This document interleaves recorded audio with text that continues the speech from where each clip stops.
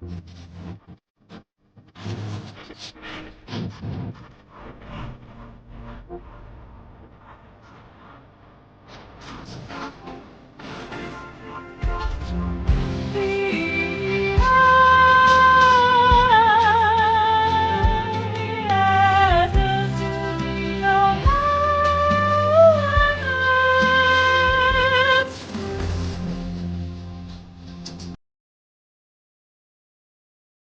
stunning victory, former President Donald Trump has defeated Vice President Kamala Harris, winning a second term in the White House after a historic and tumultuous election cycle marked by unprecedented twists and even two attempts on his life. Harris, who joined the race just over 100 days ago after President Biden stepped down despite winning the Democratic primaries, fell short in critical battleground states.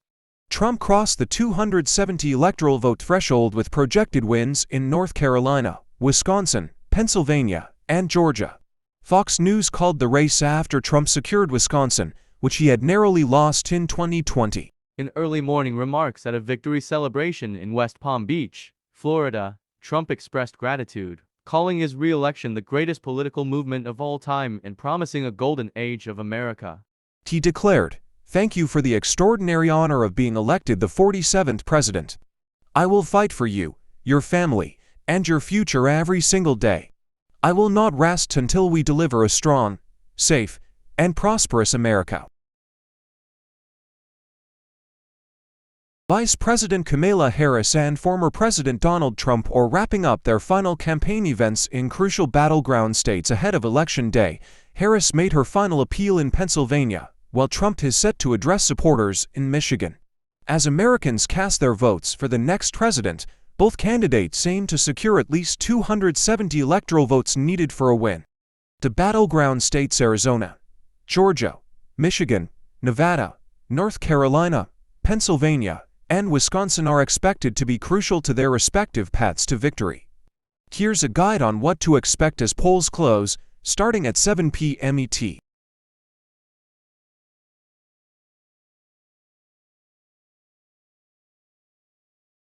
We're going to end the free reign of violent criminals in Democrat-run cities and keep dangerous, repeat offenders locked up in jail where they belong. We're going to stop the left-wing radical racists and perverts who are trying to indoctrinate our youth. And we're going to get their Marxist hands off of our children. We're going to defeat the cult of gender ideology and reaffirm that God created two genders called men and women.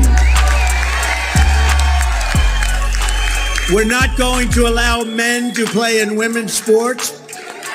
And by so doing, you know what happens? We're going to save the dignity of women, and we're going to save women's sports itself. It's ridiculous.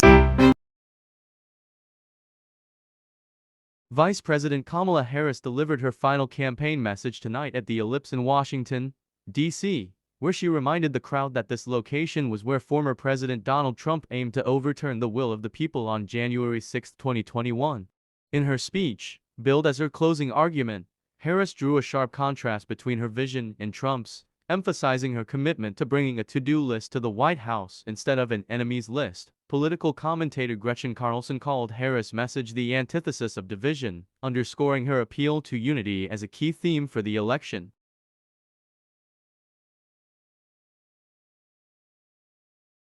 According to a senior Iranian source cited by CNN, Iran is preparing a definitive and painful retaliation against Israel for recent attacks on military targets within its borders. This response is expected to occur before the U.S. presidential election on November 5. The source emphasized that Iran's planned strike aims to send a clear message, signaling Tehran's commitment to responding decisively to perceived threats. The timing of the attack, according to insiders, is intended to impact the political dynamics ahead of the U.S. elections.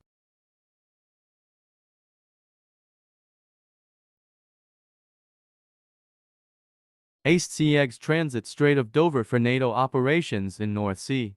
The Harry S. Truman Carrier Strike Group CIS has navigated the Strait of Dover into the North Sea, commencing a series of military exercises with NATO allies and regional partners. This operation strengthens the strategic relationship between the United States and European partners, reinforcing mutual defense and maritime security. On October 14, 2024, the CIS, currently deployed in the U.S. Naval Forces Europe area, entered the North Sea to participate in these joint operations. Rear Admiral Sean Bailey highlighted the historical significance of the transit and reaffirmed the U.S. commitment to NATO security and collective defense.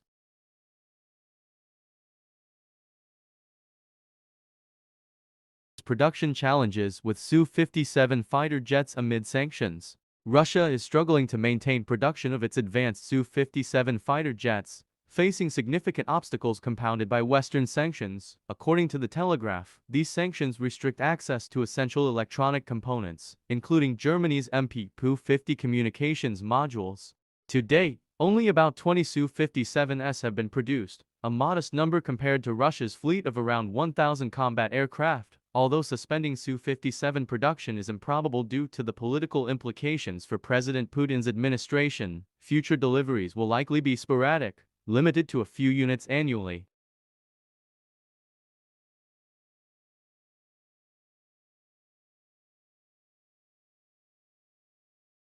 Israel plans to activate its Iron Beam laser defense system within a year, introducing a new era of warfare as it battles missile and drone threats from Iran and regional partners. The high-power laser system, developed by Rafael Advanced Defense Systems, the architect of Israel's Iron Dome, is designed to intercept and destroy incoming projectiles such as drones, rockets, mortars, and ballistic missiles.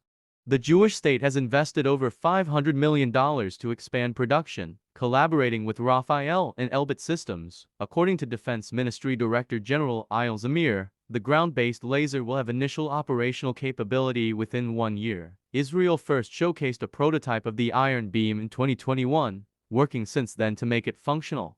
This advancement comes amid ongoing conflicts in Gaza and Lebanon and increasing direct confrontations with Iran. Since the October 7 Hamas attack, Israel has engaged in warfare with Iran-backed forces across Lebanon, Yemen, Syria, and Iraq. Iran and its allies have attempted to overwhelm Israel's Iron Dome with a range of projectiles.